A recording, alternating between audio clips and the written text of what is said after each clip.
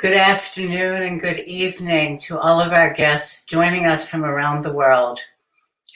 I'm Shana Penn, and on behalf of Toby Philanthropies, Congregation Emmanuel in San Francisco, the Jewish Community Center of San Francisco, the Toby Center for Jewish Life and Learning in Warsaw, and the Holocaust Center at the Jewish Family and Children's Services in San Francisco. We all want to thank you for coming together with us during Holocaust Remembrance Week to honor the memory of the millions who perished in the Nazi genocide and to honor the memory of those who miraculously survived.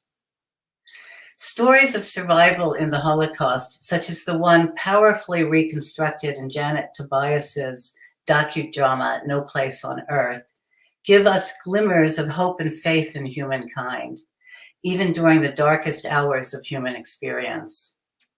No Place on Earth, and we've just seen some slides from the film, No Place on Earth brings to light the little-known story of Jewish families, 38 people ranging in age from 2 to 76 years old, who survived the Nazi terror in hiding, living in caves for 18 months in what was then Poland and is now Ukraine. This is the longest recorded sustained underground survival anywhere in the world. The family's survival was due to a combination of wit, ingenuity, connections, sheer luck, and most important, their ability to remain together as families. It was also due to, by many accounts, a formidable matriarch named Esther Sturmer. The film is built upon interviews with an unwitting hero, Chris Nicola, the caving enthusiast from New York who unearthed the story, and with family members who survived by living in those caves and who were still alive in the early 2000s to finally share their remarkable story with Chris, with Janet, and with the world. Their experiences are a treasure and a legacy for all of us. I hope that most of you have already had the opportunity to view the film, as our discussion today is built around this unique history and introduces us to Randi Fields, a descendant of one of the families, to the filmmaker Janet Tobias, to the caver Chris Nicola, and to Dr. Natalia Romik, a scholar of unusual hiding places in which Jews sought safe haven from the Germans and their collaborators. Before I introduce you to the speakers, a word about logistics. We will hear from the speakers. I will introduce each of them. I will ask each of them questions, and this part of the session will last about 45 minutes. Then we'll turn to the audience for Q&A. Questions can be entered into the comments box on the right side of the screen, and not in the live chat box. In the chat, feel free, which is also on the right side of the screen, feel free to send greetings and tell us where you're from. If you put questions in there, I think it also goes over to comments, so we should be able to see them. Well, we will also place info in the chat box toward the end about some resource links. And before the end of this week, we will email a longer resource list to all of you, as well as a link to the recorded video. And now, it's my pleasure to introduce the speakers. Randi Dodick Fields is related to one of the families that survived in the cave. Her father, Cecil Dodick, was born in 1927 in the town of Korolówka, which was then in Poland. He immigrated to Canada with his immediate family in 1932, but many of his cousins, also Dodicks, remained in Korolówka and are among the survivors portrayed in the film. Randi is currently the Senior Director of Membership and Engagement Operations at Congregation Emmanuel in San Francisco, and a very dear colleague. Welcome, Randi. Thank you. Chris Nicola is a retired senior investigator for New York State and a caving expert who in 1993 discovered the hiding places of Jewish families in the caves of Western Ukraine. He undertook a 10-year quest to find the survivors and in 2010 was able to bring some of them back to the caves where they had lived 67 years earlier. It took so long to locate them because they had never made their experience known publicly. But once they connected with Chris, he took the needed time to build their trust in him. And they agreed to be interviewed by him and later to be filmed in Janet Tobias's documentary. Welcome, Chris. Janet Tobias is an award-winning director, producer, and writer who began her film and television career at CBS's 60 Minutes as Diane Sawyer's associate producer. In addition to producing and co-writing No Place on Earth in 2012, which was released in 2012, he has also directed the documentary Unseen Enemy, released in 2017, On the Threat of Pandemics, quite prescient, Memory Games, released in 2018, on the brain's potential for memorization, and is currently working on a film about Dr. Anthony Fauci, which is why the mask is currently on, because she's at the National Institute for Health. I'm doing interviews there. Welcome, Janet.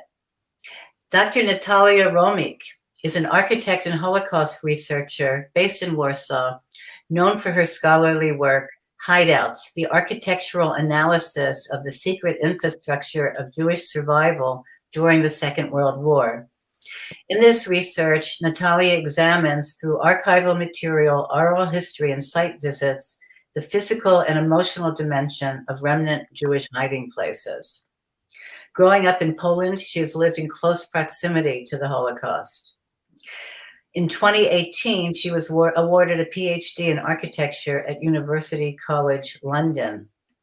And there's just something about the timing of this, of being able to bring the film to a new set of viewers during this Holocaust Remembrance Week at a time when Natalia has been working on this research. It just seems beshared. I want to welcome you all. So let's begin with questions to Randi. I'm going to save them. They'll be on the screen, and then Randi will answer. So Randi, your relatives, the Dodicks, were one of the 5 families who hid in the caves. After the war, and if anyone wants to remember, if anyone's seen the film, the Dodicks were the ones who lost a wife and son in the shooting scene with the Ukrainians. No, that was the Sturmers, I believe. Okay. The Wexlers, I believe. Sorry. Oh, yes, that's right. It was Saul Wexler. After the war, they relocated to Canada, where your own grandparents had settled before the war in 1932. How did you learn about this story? Did you learn about it from your family, or in what ways? Certainly. Thanks. I'm just going to read all of the questions. Mm-hmm. Oh, okay. What does it mean for you personally to have a familial connection to the Holocaust? And why do you think your relatives did not tell their stories publicly until decades later? And why do you think this story is important to preserve for future generations? Okay, thank you, Randi. Well, thank you, Shana, and it's a real privilege to be here. I heard about the story from my father and his family. My dad was a little boy in Koroluvka, and when he was about 6 years old, he and his family came to Canada. But when they were still in Koroluvka, they knew their cousins and were friends with their neighbors, and these cousins and neighbors. But these cousins and neighbors were some of the people who hid in the cave. Sorry, I got a little feedback there. My father's oldest sister, Faye, knew Esther Sturmer from Koroluvka. And after the war, both were living in Canada and had gotten in touch. And Esther Sturmer had given my aunt a copy of her memoir, upon which this film was based, and my aunt had shared it with our family. But it really wasn't until 2004 when the story was covered in a piece in National Geographic Adventure magazine in connection with the cave systems of Western Ukraine that we started talking about it. And then, of course, much more so when the film was first released in 2012. And my father's youngest sister, Myra, kept in touch with the Dodick sisters who were featured in the film. And that's how we knew the film was being made. In terms of me personally having a familial connection to the Holocaust, it absolutely brought the Holocaust closer to home for me. In recent years, and inspired by this film, some of my very closest relatives traveled to Koroluvka to explore their roots. And on one of these trips, my cousin uncovered school records from 1933, and seeing these historical documents with the names of my aunts and uncles listed as classmates of the same people who hid in the caves was extraordinarily powerful. And it really drove home, the issues of luck and timing. If my grandparents hadn't been able to come to Canada when they did, it could have been them. They could have been the ones hiding in the caves. They may never have survived. And of course, I wouldn't be here. And in terms of why they didn't tell their stories publicly, my father and my aunts and uncles and grandparents didn't talk much about the Holocaust or the old country. It wasn't a happy subject for them. They lost many family members there and friends there. And on top of that, they were working really hard to build a life in a new country without much money. My grandfather was a farmer supporting a wife and 7 kids. And so it wasn't easy, and they were really, really busy.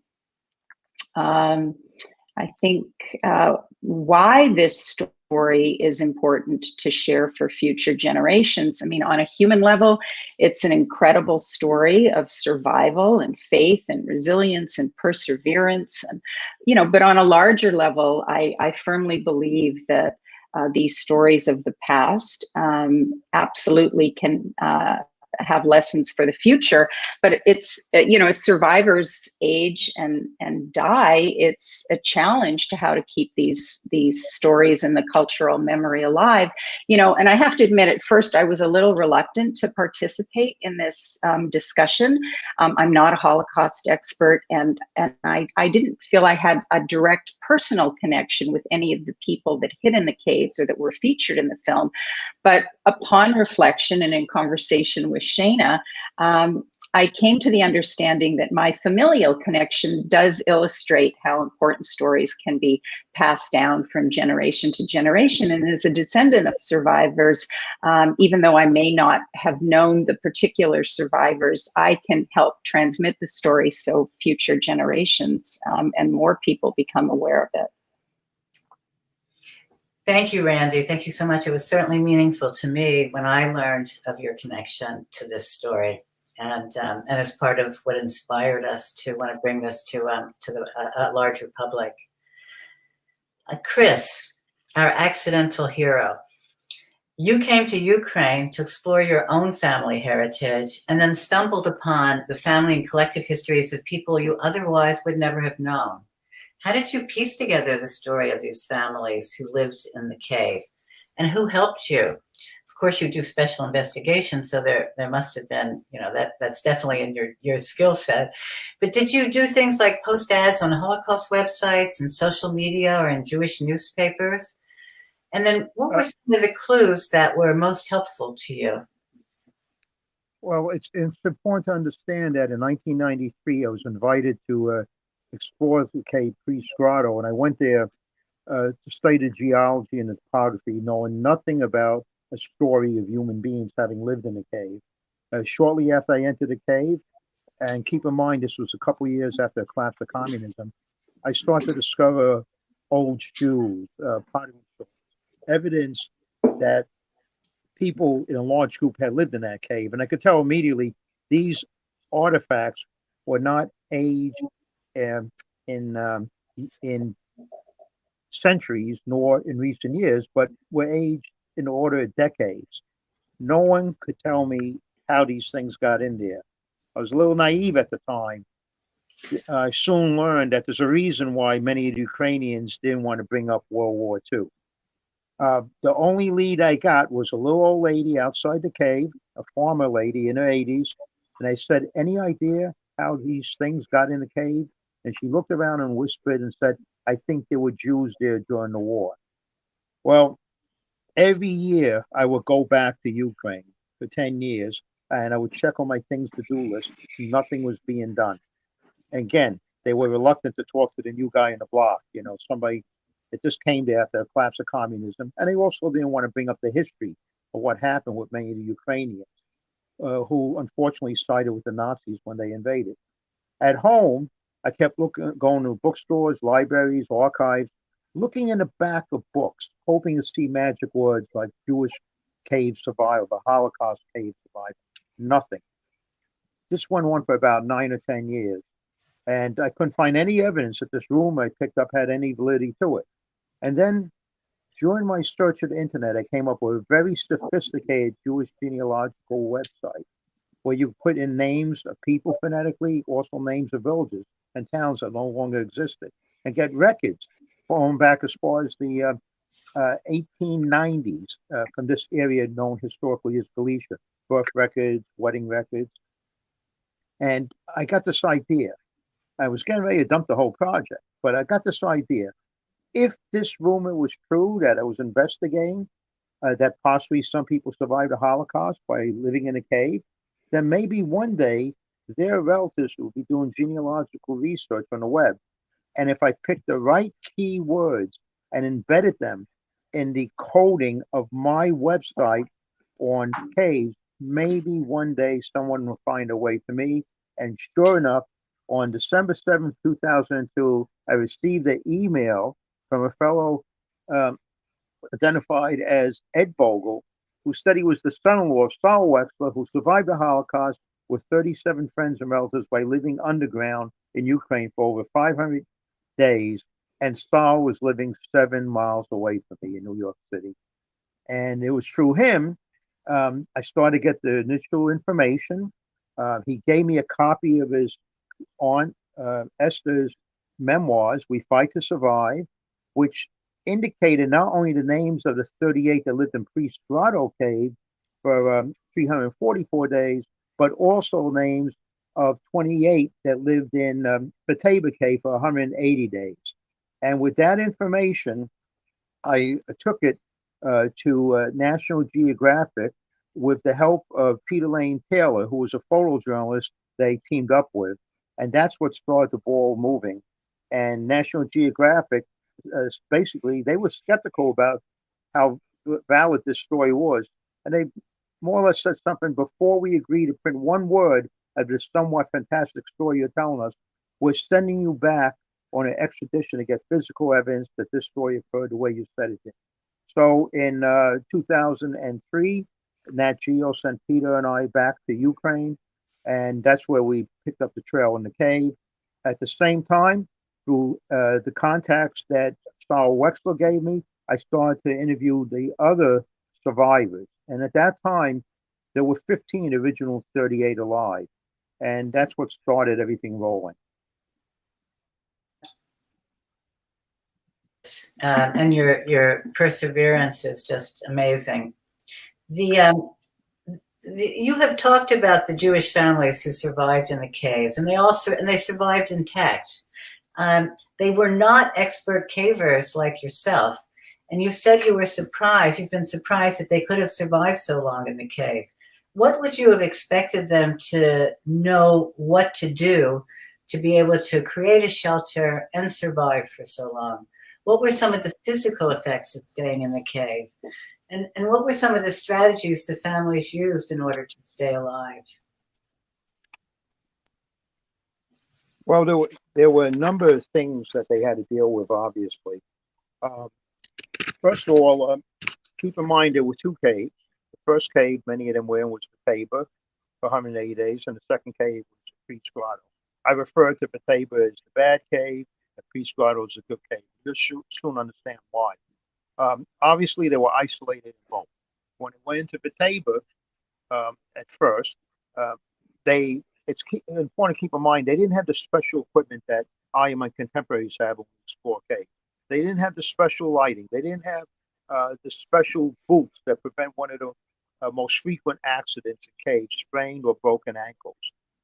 They went in with street clothing, but you will find out that over the months, and weeks and months that they lived underground, through trial and error, thinking out of the box, they ended up teaching themselves to be world-class cavers. They had to worry, as I said, about isolation, but as they got more and more confident in Bataba, they moved further and further back in the cave. Now, Bataba, came to notoriety in archaeological circles in the 1890s when two archaeologists from Krakow made a startling discovery, such as pottery shards that were evidence that as far back as 2,000 years ago, locals would survive invading armies by taking refuge in caves like Bataba. What's interesting is every one of the Jewish people I'm about to tell you about today learned that fact in elementary school. They knew it could be done. So they gained more and more confidence. They moved further and further back in the cave. That cave's temperature ranges between 50 and 52 degrees. Basically, same temperature all year round, very humid. They soon learned to wear layers. In Bataba, they had to deal with bats. And like all living things, bats go to the bathroom. So certain parts of the cave floor were covered in what we call bat guano, an area you could easily get infected and there was disease around. But luckily enough, when they got to pre-Scrado, completely devoid of bats. How did they eat? When they went in Bataba, three members of the Sturmer family, Zeta Sturmer, Esther's husband, Nathan, the eldest of the three sons, and Fishkul Doda, Esther's son-in-law, the father of 4-year-old Seema and 9-year-old Sonia. They had a little money, so they were able to bribe the local German official to give them what they call medal collection badges. And that allowed them to go around with a horse-drawn cart and collect scrap metal for the Nazis. But most importantly, it gave them an opportunity once every 5 to 6 weeks, actually in that case, once every week, to go to the entrance under cover of darkness and bring provisions into the cave. In pre-Scrado, by the time they ended up in pre-Scrado, the Edict of Judenfried went in. So the three people with the metal collection badges were in as much danger as everybody else. So they all ended up in the cave. But they had a managerial hierarchy structure. Each family had a leader, usually a male from age 15 to 21. And under cover of darkness, every 5 6 weeks, they would go out of the cave and look for food the best way they could for their families and bring it back in. All the time knowing two things. They had to get back before the sun rose, and whatever they brought in had to last for another 5 6 weeks. Because food was so scarce, they only, in most cases, had one meal a day. They had to deal with water. In Bataba Cave, there was no natural water except for putting cups under cave formations and collecting the water in a cup. If they were lucky, they would get half a cup a day per person. It's important to note that that water drained from a cow pasture above. However, in pre-Scrado, to quote Esther Sturmer, they discovered a lake big enough to row a boat across. This was pristine well water. It was an aquifer. They had all the water they needed. But then they also had to worry about not contaminating the water. And they were very careful about that. But whenever they would bathe themselves or wash their clothes, they would take a bucket of water away from the lake. They would use the water also to cook. And then they wouldn't just throw it away near the lake because they worry about draining back in. They would throw it away further away from the lake. In Bataba, Esther told the story in her memoirs where she tried to cook for a 4-year-old granddaughter at one point and then went to wake her up to give her her meal. And she found out that little Seema was not sleeping. She was suffocating off the smoke. So they took her to the entrance, they revived her, and they never tried to cook in that cave again. However, in pre-Scrado, which is over 90 miles long by today's measurements, it's so voluminous, there's a natural draft. And ingeniously, whoever lived in that cave, I found remains many years later, they built stoves and walls taking advantage of the natural draft of the cave to suck the smoke away from the campsite. So they could actually cook in pre-Scrado cave. They didn't have the luxury to walk around with candles 24 hours, 7 days a week. Because if they use them up, someone would have to go out and risk their lives to get more candles. So they only use the candles very sparingly, maybe 3 to 4 times a day, never more than 5 to 10 minutes. Sorry about that background noise. Never for more than 5 to 10 minutes, and they can never see more than 5 or 10 feet in front of them. So I live basically in extreme darkness. And something strange happens to human beings when you're devoid of sunlight for 2 weeks. Your natural rhythms, called biorhythms, circadian rhythms, take place. And in their case, they were sleeping 16, 17 hours at a time. And sometimes even longer periods of time when they were up and about. In some cases, in case of Saul Wexler, after 3 months, the shoes came off his feet. They wore down, and this fell off his feet. And Esther reported, as did Saul, that in complete darkness, some of those youngsters were still able to navigate the passages using the soles of their feet like a human person, a being uses the fingers to read Braille, in combination with whistling to give them an echo. And they basically developed the sixth sense. And they also had to deal with toilet facilities. Well, of course, they picked an area far away from the lake water where they would use shovels and they would make what we call latrines. Esther said it was amazing that no one ever got sick. And she specifically said if any of the people from the work party caught influenza, they all would have died because they were all malnourished by having one meal a day. Right. Dampness and humidity with the beds. They originally found out that they couldn't get the dampness out of the bedding unless they moved the slats of the bed that they carved from lumber from a nearby forest and gave spacing and raised them up on pegs. So again, trial and error. But one of the things that kept coming up during my interviews of most of the survivors, there were Sophie choice type decisions that were being made.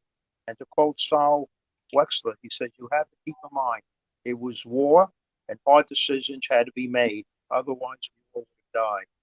So there's always been a little bit of a dark side to the story. I can understand. There was a war, people had to survive.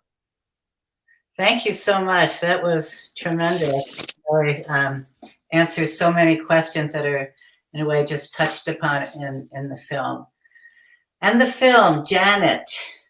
How did you hear about this story and what compelled you to make a film about it? Tell us how you did it. Where did you film? Did you film in the real caves in Western Ukraine? Because it looks like in the opening scene, Chris is exploring a cave. Is it one of those caves? And what were the challenges in making the film physically, emotionally, culturally, geographically? It's just such a tremendous undertaking. And what emotions do you think the survivors experienced when they told you and Chris their stories and later returned to the cave? And by the way, did you know from the start of filming that they wanted to return to see the caves? And finally, how do the survivors and their descendants feel about the film? You're on mute. We're going to unmute you. All right. A colleague of Chris's, and Chris, really good to see you. It's been a couple years. Is a colleague of Chris's told me about the story, and frankly, it was one of the best stories I've ever heard in my life. And I thought, this is a film. It needs to be a film, and so that was a very simple choice. And in terms of making the film, obviously, first we needed to build trust with the survivors about would they entrust us with their story. And in that process, they did say that we talked about their returning to the cave, and most of them really did want to go back. They hadn't been back, and it was something that they really wanted to do with either their children or their grandchildren. And so in preparation, what we did is we went and what we call site surveyed. We went and looked at the caves in Ukraine, both caves. I will say after that, I went to Krakow and Auschwitz because I wanted to understand what the trajectory of not going in the caves was. And I had never been to a Holocaust camp before that. And then we also site surveyed other caves. So the cave that Chris is actually climbing in the beginning, we filmed in Slovakia and Hungary because it was easier to film there with the crews we needed, with the conditions we needed for the reenactments. But the survivors are obviously going back to the two original caves. And it obviously was a very, it was a complex shoot being underground in caves with the actors, but it was a particularly complex shoot bringing people in their 70s and 80s into caves. One, which is not a public show cave, is a cave that only cavers go into. So we actually had an ambulance outside the second cave in case there was an accident, and there was a lot of concern about being sure that the survivors were okay.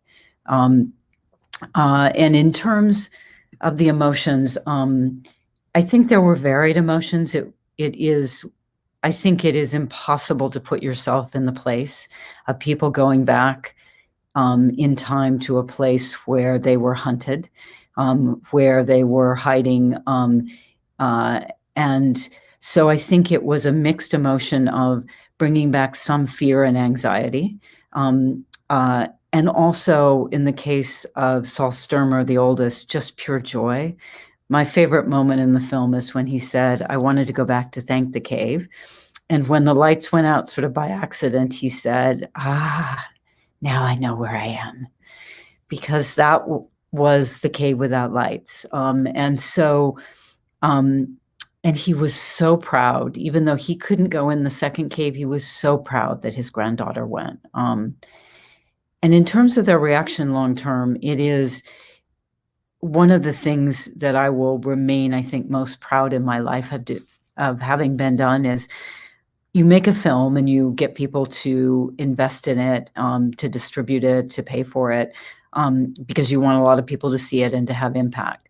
And that remains always true. But in this case, I feel that for a small group of people, they ended the last years of their lives closing a door on something that was at the heart of their whole existence, character, and meaning for life. And that I'm really proud personally of having been part of letting them do that. And for the grandkids, it made it come alive. We all have grandparents who tell stories about what life was like, when they were growing up, and it seems a little unreal sometimes. And suddenly it was real to a young generation. And Erin, his granddaughter, now has 4 children. And so she will tell those stories to children who will not have met their grandfather, right? So because 2 of the survivors that we took back are now dead. So it was the last moment that we had to really continue and tell the story. And for me, I think personally, they are examples of people who have incredible resilience and managed post also something that's unimaginable, to have a great deal of joy in moments. And I think that all of us have dark moments, and the pandemic has been dark for a lot of people. But their ability to survive and be resilient and to find joy and connection and family and love is how, is the best of what it is to be human.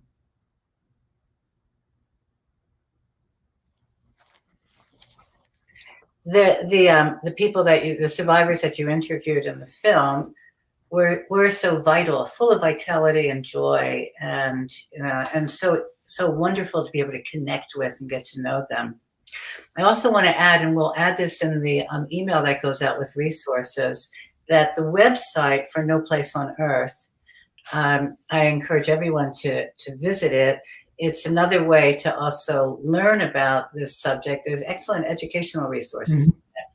And from Eyewitness, which is from the HaShoah Foundation at University of Southern California, and some other materials, which I found really, really enlightening.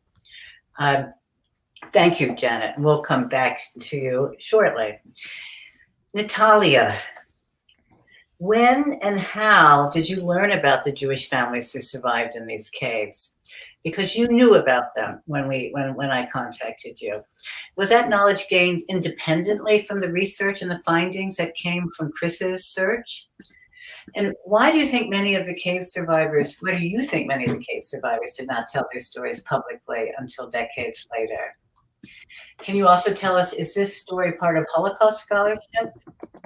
And how does this story illuminate your own research project, The Architecture of Survival? What are other examples of unusual places where Jews have lived?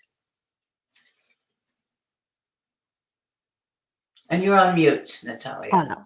Yes. First of all, I wanted to thank Shayna for her invitation, and Janet and Chris for creating such an amazing movie. But maybe, first of all, I will maybe tell a bit about my research and going then into your amazing project. So I wish this documentary was included in curriculum in Polish and Ukrainian schools as a contribution to the scholarship and public debate on Holocaust.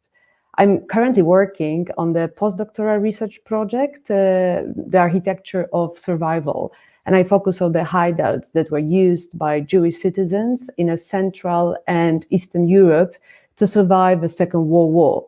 And I consider hideouts as a special representation of the entangled experiences of the Holocaust survivors and monuments, not only to their traumas, but also to their courage and will to survive. Some of them are already lost, some of other are eroding slowly, some are kept intact, but almost none is commemorated. So during my research, I visited a cellar hiding place in a private dwelling house in Siemianowice, Śląskie, where Heike Klinger, HaShomer HaTzair organization activists stayed in hiding. Here you can see in this picture a bunker built inside a grave in a Okopowa Street Jewish cemetery in Warsaw, the hiding place of Abraham Karmi. In the case of the hideout located in a Jewish cemetery, I was able to find and still speak with the survivor, Abraham Karmi, who hid there during the war, and currently he lives in Israel. I cooperated with the crew archaeologists and engineers to conduct through architectural studies the hideout. Currently, I'm working with Aleksandra Janus and Senna Collective on the project to commemorate this hiding place. And here you can see the hall which provides to the hiding place. And the second important that I would like to share with you for a minute is inside of the tree trunk of the 650-year-old oak named Joseph in a village in Poland called Wiśniowa in Podkarpacie region, in which the Himi brothers hid. And on the sides that you can see a documentation of the oak tree. Not being able to locate yet survivors, I decided to trace their presence inside a tree. I work with a dendrologist as well engineers who are expert in architectural scanning and a company which is specializing in endoscopic filming. In result of this collective effort, I managed to find a system of the stairs. You can see here one of the stairs built inside the hollow. And your question with when and how did I learn about this Jewish families and the film, I have first heard about this amazing story from Emil Majuk from Brama Grodzka Center in Lublin. He's an amazing Jewish heritage activist. I started to make more digging on the fascinating story of Stromer family. And I read the interview actually in National Geographic with Chris Nicola, so that was a very important moment for me. It is also a very interesting example because how the awareness about the story splits over the disciplinary boundaries and become public knowledge. So unfortunately, due to the COVID, I was not able to visit Korolówka and the cave, but I hope this summer will happen. And the question why cave survivors did not tell their story publicly, this is very complicated, I guess. And I think we need to look for it as a lineal zone between private, public and political. I do not know the protagonist from the movie, but maybe in unpacking this conundrum, the memory studies could offer us few definitions and important tropes. Like, for example, Mariana Hirsch talks about the post-memory and this very important generation after. But I think Chris and Janet, I think this is the core of this question, because you managed to unblock this history by creating a new framework of returning memories. This movie offers an artistic path, and this is performative journey. So I believe this is very, very important moment. And the commemoration of this hiding place, the subject matter of Jews going into the hiding has appeared in various contexts of the Holocaust studies, but we know still very, very little about the architecture of hiding places. Once because of their erosion, and because the researchers have focused on the fate of those in hiding and the rescuers. It is really good question how to commemorate things. The main purpose was actually to conceal, to hide, and also to stay out of sight. It is very problematic how to commemorate them, as they were sometimes located in a private dwellings. Yes, so people do not want turn their living rooms into the museums. It has to be something special, I believe, in a Korolówka case. I was thinking like a rock made from the glass that emerged from the cave wall and will kind of reflect the story of inside of the cave, and maybe with the light source. Currently, I'm experimenting with artistic means of commemoration, working with the model, and in Korolówka, I wanted this summer to cast a section of one of the walls. So I believe that will happening this summer. And besides, I'm working on our architectural installation to commemorate the hiding place, together with the Jewish community of Warsaw, Dr. Aleksandra Janus, and I hope that commemoration will happening next year. And the last question, which is very, very crucial, is the story part of the Holocaust scholarship. So, as I said before, I consider especially this documentary, as an example of the interdisciplinary methodology in the studies of Holocaust. It is very important to use artistic method to understand and as well to communicate the material and also architectural dimension of hiding places, because it allows us to grasp material and emotional dimension of the experience.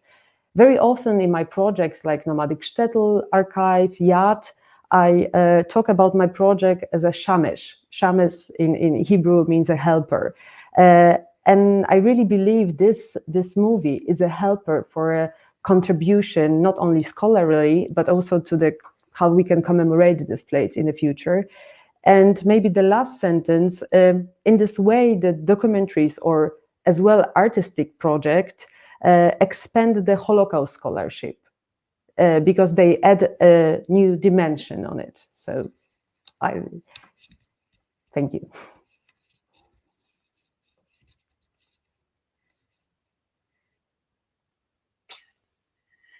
Thank you, Natalia. That was rich and really contextualized all of the endeavors of Chris and Janet and the family connections of Randi and your own work. We have a few more questions left, one per person, and these will be shorter answers, and then we will open it up for Q&A from the audience. Randi, what have you learned about the dedication of people who are not Jewish to studying and recording Holocaust history through this experience with discovering and reconstructing the story of the cave, the Jews who lived in the cave, including your relatives? And does it tell us something about the importance of the Holocaust to communities that are not Jewish? And you're on mute.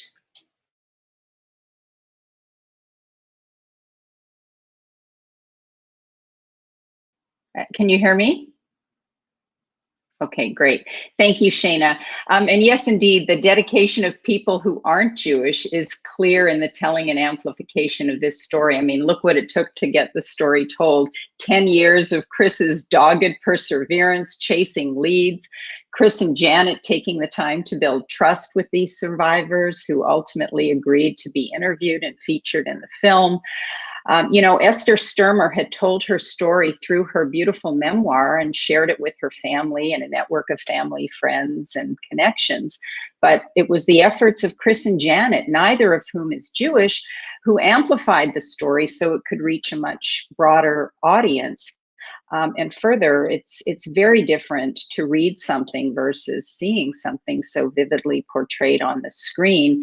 Even for myself, having been aware of this story through Esther's memoir and other family conversations, seeing the film helped me more fully appreciate the incredible survival story. So it is something that I feel definitely resonates both within the Jewish world and many other communities across the world. And personally, I am so grateful to Chris and to Janet for the care and the work and the passion they brought to this. And so they so vividly told this story. And, it's part of my personal story. So I'm incredibly grateful. So thank you.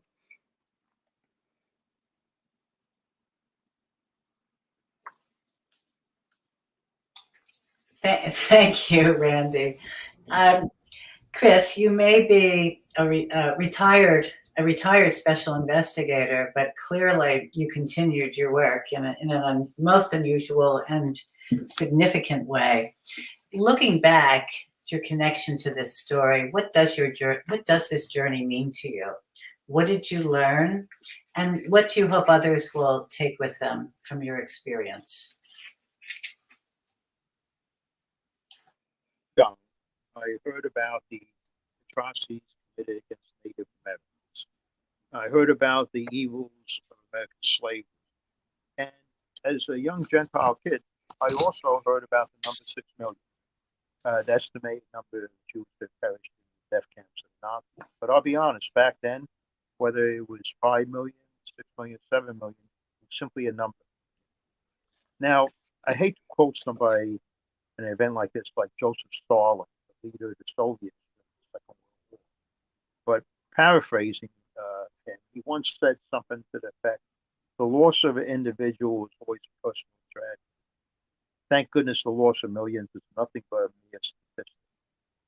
Well, I have to tell you, after spending numerous years, in some cases, interviewing some of the people we're talking about, looking into their eyes, letting them give me a glimpse of this part of what they want. All the time knowing that the one thing I could never say as a non-Jew is, I get it, I understand. I finally got it. When I finally got it, the Holocaust was never one individual story of how 6 million people perished.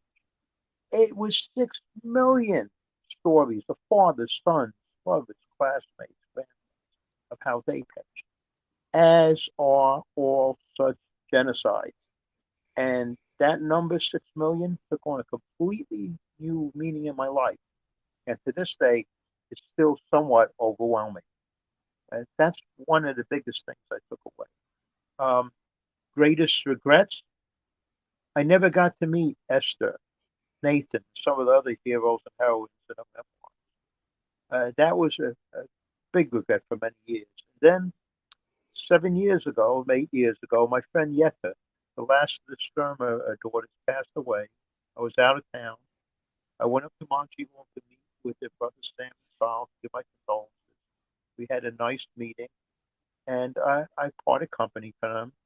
And at that night, I was staying at a friend's house, and I was reflecting back on closure. Everyone got closure.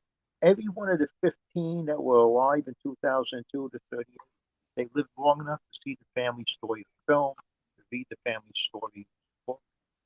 In the case of many grandchildren, to tell the grandparents what it was like when I took them back.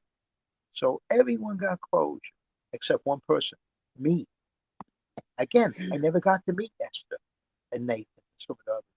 So that night, when I was in Montreal after visiting with the Sturmer brothers, I decided the next day to go to a special place. I went to a local cemetery and I found Esther's tombstone. And it was overwhelming And I looked next to it, and I saw the name Nissel. And I looked to the right and saw Joseph Rector. They were all there. I finally got closure. Best rewards, and I think I can speak for Janet as well as Peter, Lane Taylor, all of us Gentiles. When I say I think the greatest reward out of this was that 5 Jewish families got enough faith, confidence, and trust to let us, 3 Gentiles, to use their own words, tell the story they couldn't tell themselves. And all 3 of us have treated the story as a gift ever since. Oh, that was powerful, Chris. Just one last question for you that wasn't on the list, but are you planning to still seek out your own family history? Chris? I'm sorry, I've got a low volume situation here. Oh. Could you restate the question, please? Yes. Are you planning? You had originally gone to Western Ukraine to search for your own family root. Got a little distracted along the way. Are you planning now to connect with your own family?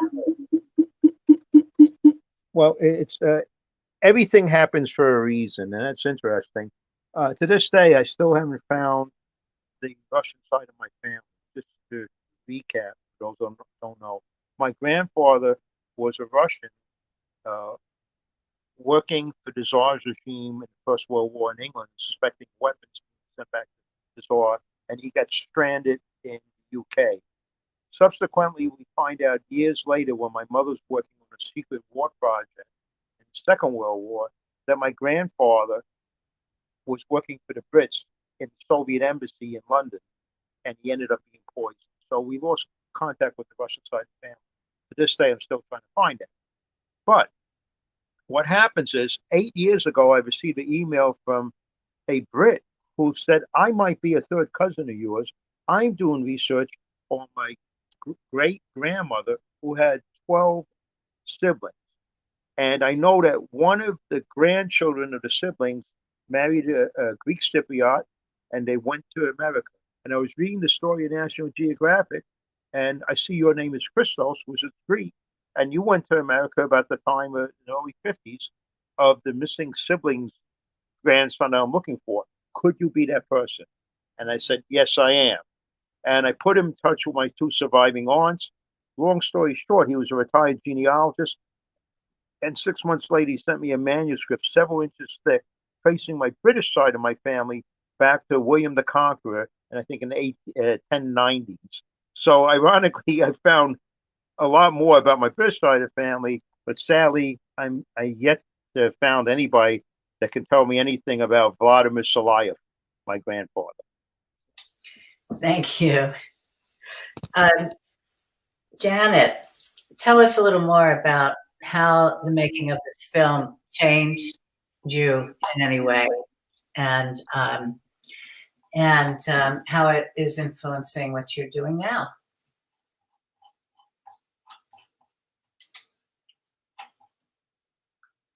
Are you on mute? You're on mute. I wanted to say I thought what Chris said was just perfect, is that the story was an incredible gift. And it was, a gift of trust, and it was a gift of, how many families have a Bible story? Because it's literally biblical in its nature. And it set a pretty high bar. I had, had a career sort of in medicine and healthcare, and a career in journalism and documentaries, but this was my first feature film, and it went to Toronto Film Festival. And so now my bar is it worth the investment of time on a project? Is it as good as No Place on Earth? Maybe, but different. So and I think I'm really drawn to, I'm an optimist, and I'm really drawn to finding the best in people. And so I think this story illustrates in so many ways, from a woman who is the heart of a big family and who is a fierce warrior. It's a story about the power of women, right? It's the story about the power of young men, because, young men are crazy and brave enough at 18 and 23 to go outside of the caves and risk their lives. And it also teaches you about masculinity and why we value those traits. And it teaches you about the importance of family. Is that people survive. I often say that someone long ago told me the Donner Party, those of you may remember, it was an old American party that went over the mountains to California, so resident to San Francisco. The people that survived in the Donner Party were families. Single men died because family and connection to other human beings and families we create gives us purpose. And that's what this story is about, is the power of incredible women, the power of men, and the power of family.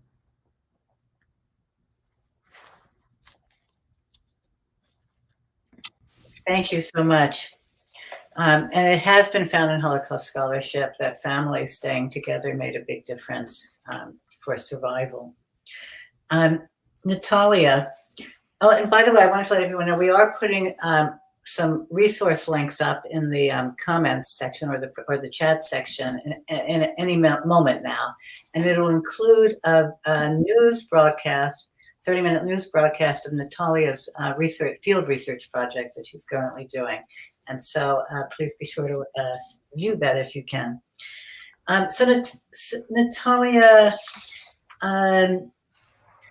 what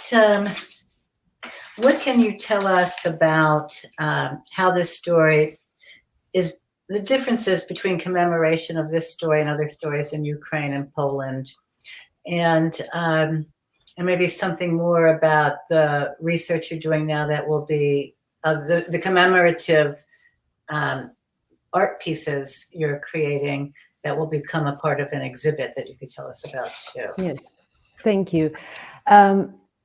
It's very hard to say about the commemoration between Poland and Ukraine, and also these differences, because as I said before, almost none of them are commemorated in the way that we think about, like plaques or sculpture or maybe as an educational fundament, because I believe this is also the very important part of the commemoration. Like as I also said before, I wish this movie will be a part of the commemoration of this hiding place in Korolówka in the local school, or maybe in the local museum. But I can imagine it's very complicated.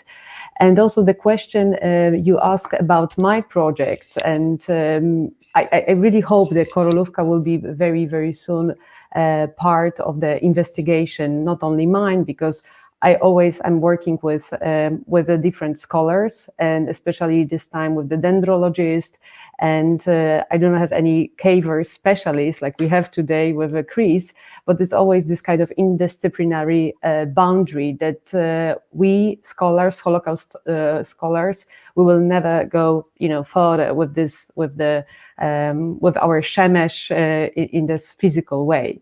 But can you please repeat the second question? Because it's actually it was to talk about the work you're doing that will be the commemorative art objects you're creating that will be a part of the yes, exhibition installation. Yes. The exhibition that I'm planning next year in Zachęta National Museum like of Modern Art in Warsaw will show 7 cases, 7 sculptures from the different places, like Okopowa Jewish Cemetery, that will be private selling house in Siemianowice Śląskie, as well together with the Lviv and Architecture Urban Center from Lviv.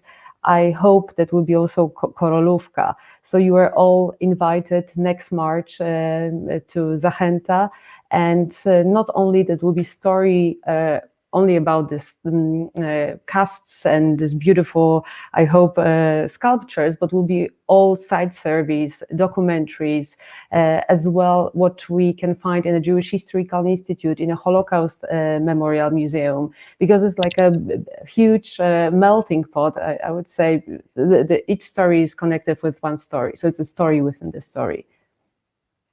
Okay, thank you. Well, maybe the Toby organizations and Congregation Emmanuel and our other co-hosts will organize another trip together go to Poland and to. Oh, so it will be fantastic. We'll be ready when it's healthy to do so. So we're ready to move on now to our Q&A with our audience. We have a lot of questions, and the first one I'm going to jump in and answer. Someone is asking if Esther Sturmer's memoir is available now. It was published last in 1975 and it's out of print. But maybe some of us can think of a way to republish it again, and that I think would be a worthwhile project. There were some questions from, let's see, Daniel Bort is leaving, but let's see, so so someone's asking where can the film be screened? We'll resend everyone the link. It was you were actually able to, when you registered, also get the link. But we will be resending it when we send out the resources again. Elizabeth Rossner says, I can imagine the residents of the region where the cave is located. Oh, goodness. Here it is. Would have complicated feelings about the film, that they would have to reckon with their own history of complicity. And did the filmmakers, I know Elizabeth is saying, how did the filmmakers deal with the denial? But we also have to say, was there denial that you dealt with? Would either Janet and or Chris like to answer that? Chris, do you want to answer that in terms of the research? Yes, but Jan should be the one to answer about the actual film production itself. But my research was limited, as I said, because basically I was the new guy in the block. I had made an error in the early 90s. I didn't read about the history of Ukraine. So that's why, many people were reluctant to talk to me. Some other problems in industrialized nations, when you ask somebody where were you born, it's not complicated. That wasn't the case when you were dealing with people that lived under 70 years of totalitarian rule, where Lenin and Stalin would split up entire families and move them across the entire Russian country of Russia. So even if I was to find someone old enough to have lived during the Second World War, it didn't mean they lived in Korlivka. And then there was selective memory, such as the case of a 104-year-old gentleman in Korlivka that I interviewed in 2006. He was able to tell me about what it was like to be a child during the Tsar's regime and the Russian Revolution. He told me about the First World War, told me about the Second World War, but strangely enough, he had no information to offer about what happened to the Jews that lived within 1,000 feet of where he lived. So there were all types of problems there. And again, there was the reluctancy of many Ukrainians to talk about part of their history where some of them welcomed the Nazis as liberators to the Soviets and worked with them. So at this point, I think Janet would be more appropriate to talk about the filming itself.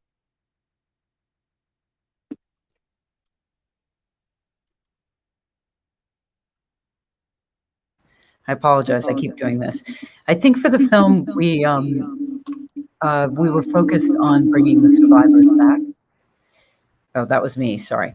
I think for the film, we were focused on bringing the survivors back to the cave. And so we were not doing what Chris was doing, which was an investigation of the local reactions.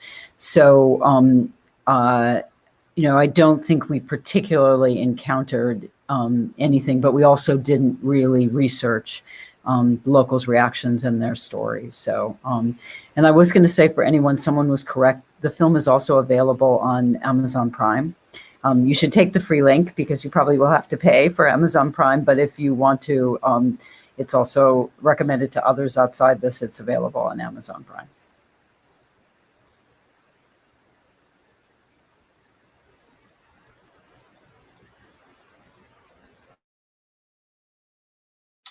We're sending the link to the film along with the resources and a recording of this program later this week.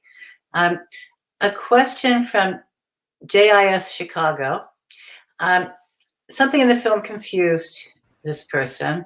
How did they end up finding the bodies of 2 children to save 2 of the 5 people who had been captured from the Ukrainian police? They found those bodies in a cemetery, that they they found them in a cemetery because they went to a place where they knew there would be bodies, and they found them. Thank you. Were there other title ideas for the film before you settled on No Place on Earth, which of course is spoken in this? It was pretty much No Place on Earth because that's, to me, such a poetic line, and it is Esther's line. The film aired in Germany, which we had German funding, and I'm really proud that it aired on ARD and Arte in Germany. And in Germany, they simply called it The Cave. That for them worked, and so that was the alternative title.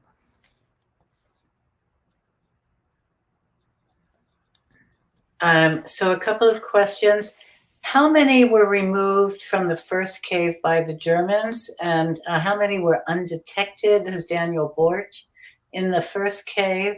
How many of those who removed from the first cave were able to be in the second cave? It was a lot, definitely it was a lot to follow. Chris, do you want to do that one? Would you like me to answer?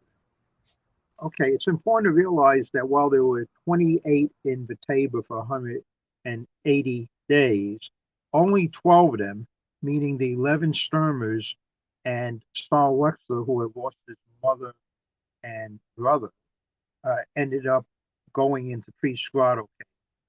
So 5 prisoners were taken out of Batavia cave by the Nazis.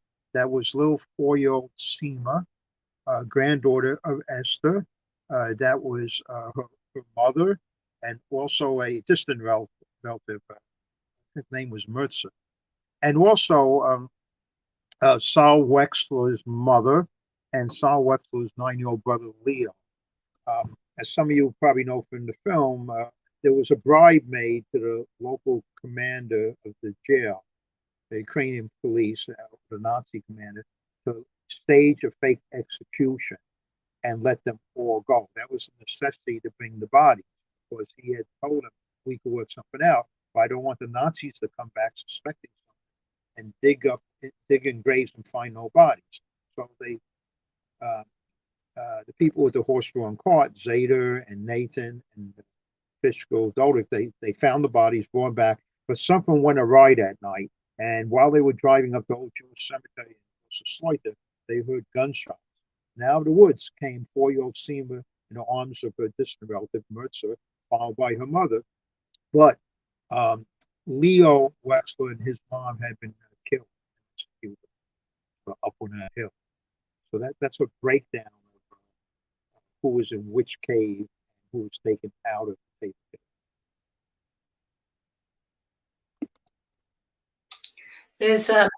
There are a couple of questions about sense of time and news of the world, of the war.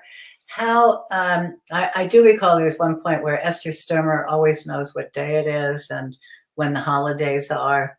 But, and of course people, the men were going out to get food, and so probably they were also getting news.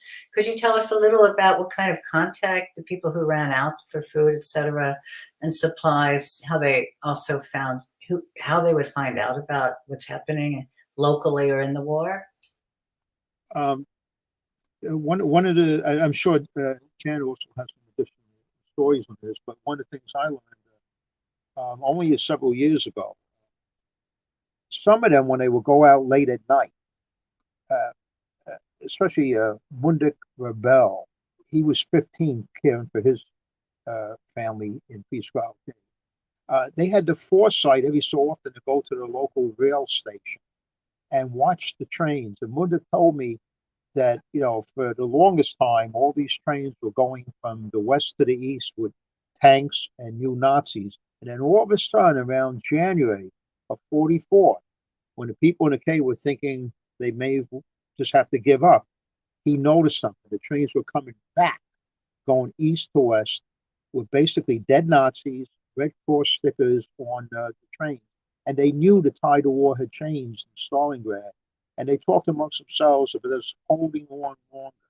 And they held on, and eventually the tide had turned, and the Soviets came back, they forced the Nazis out.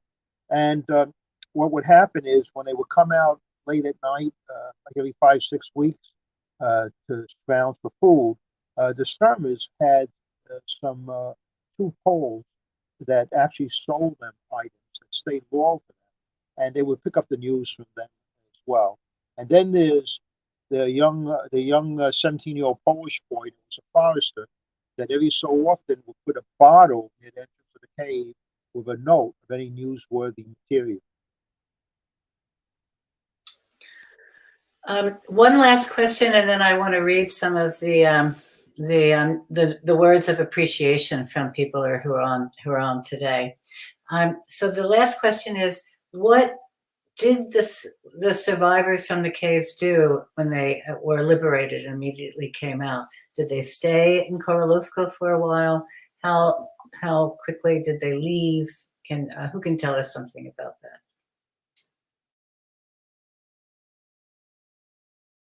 Mute, please unmute. They came out and they stayed for a while, right? They went back to their homes and looked, at sort of what life could be like there. And then there were additional deaths. What I find particularly tragic was that Sima and Sonia, the 2 little girls' father, was killed sort of coming back from work. And so I think that they all felt that it was unsafe after a certain period in time. And they thought, I think maybe originally that they would go back home and it was over, but they realized that they were surrounded by people who in some cases didn't necessarily want to give houses and possessions back and who had complicated feelings about the war. And so then they made their way west and were in various camps, relocation camps, for various periods of time before they went in small groups to the United States and Canada, mostly to Canada, but also to the United States. Thank you. So just 3 illustrative thank yous. Andrew Tabone, all excellent. Thank you for your diligent commitment to documenting these events for now and for future generations. Patsy Laurie, thank you, Randi, and all. This is excellent. Wait a minute. Oh, I got to go up a little. Excuse me.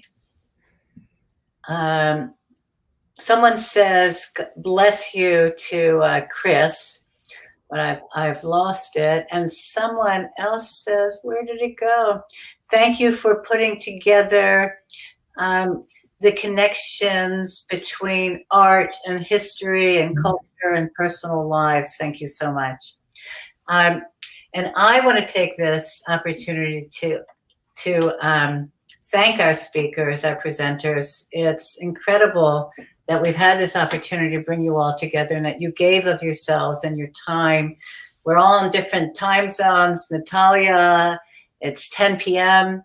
Chris and Janet's in the middle of a workday filming Dr. Anthony Fauci, and Chris is in New York, and Randi and I are here in California. And we're so appreciative to have this conversation, and that you all just contextualize this huge story and make it even bigger and more meaningful for all of us. And I also want to thank some of the people behind the scenes. So first and foremost, to the Toby Center in Warsaw's Jakub Wishiak, who is our incredible webinar master, doing all the technology and the beautiful filming in the beginning of the photos from the film and from Chris, the objects that Chris had found. So thank you, Jakub and the Toby Center Warsaw. Thank you, Congregation Emmanuel's Randi Fields and to let my dog out, Randi Fields and Ariana Esto. And thank you to David Green at the Jewish Community Center San Francisco, and from Toby Philanthropies here in Berkeley. Thank you, Alice Lawrence. Anyway, I wish everyone a good evening, a good night, a good day, and you will hear back from us on the internet. We'll be sending all the links and the recordings, and thank you all for joining us to commemorate the Holocaust Remembrance Week. Bye. Bye.